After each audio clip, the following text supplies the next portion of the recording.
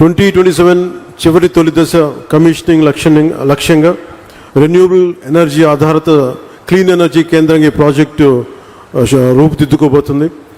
ఈ నిర్మాణ దశలో మొన్న మధ్యన మాట్లాడుకుంటూ ఉంటే అనిల్ గారితో ఎంతమందికి ఉపాధి కల్పిస్తుంది అని అంటే, నిర్మాణ దశలో దాదాపు 8,000 మందికి, అలాగే ఆపరేషన్ దశలో దాదాపు 1,500 మందికి ప్రత్యక్ష ఉపాధి, పరోక్షంగా దీన్ని ఆధారం చేసుకుని కొన్ని వేల మందికి దీర్ఘకాల ఉపాధి అవకాశాలు సృష్టించే ప్రాజెక్ట్ మనస్ఫూర్తిగా విజయవంతం కావాలని దీనికి వ్యవస్థాపకులైన చైర్మన్ శ్రీ చలమలశెట్టి అనిల్ గారికి, మహేష్ గారికి మనస్ఫూర్తిగా నా శుభాకాంక్షలు తెలియజేస్తాను.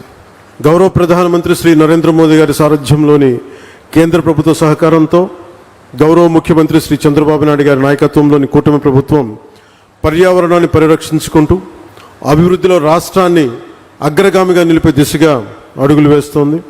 ఈ ప్రయత్నాల్లో భారతదేశం పెట్టుకున్న లక్ష్యంలో జీరో నెట్ ఎమిషన్కి భాగంగా ఈ ప్రయత్నాల్లో గ్రీన్ అమ్మోనియా ప్రాజెక్ట్ చాలా కీలకమైన అడుగు.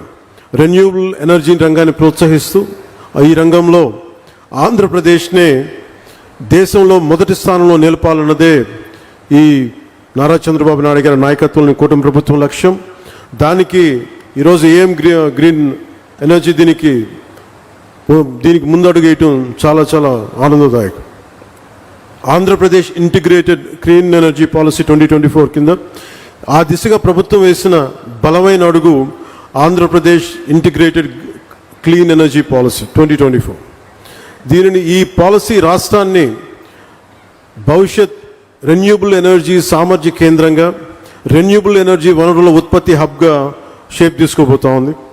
గ్రీన్ హైడ్రోజన్, గ్రీన్ అమ్మోనియా వంటి క్లీన్ ఎనర్జీ ఉత్పత్తికి అనుకూలమైన వాతావరణాన్ని కల్పించగలిగితే మనకి ఇన్వెస్టర్స్లో చాలా విశ్వాసం పెరుగుతుంది.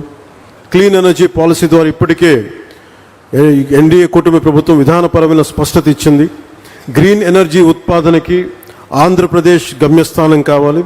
అదే నారా చంద్రబాబు నాయుడు గారి నాయకత్వంలోని కూటమి ప్రభుత్వ విధానం. ఈ క్లీన్ ఎనర్జీ పాలసీని సద్వినియోగం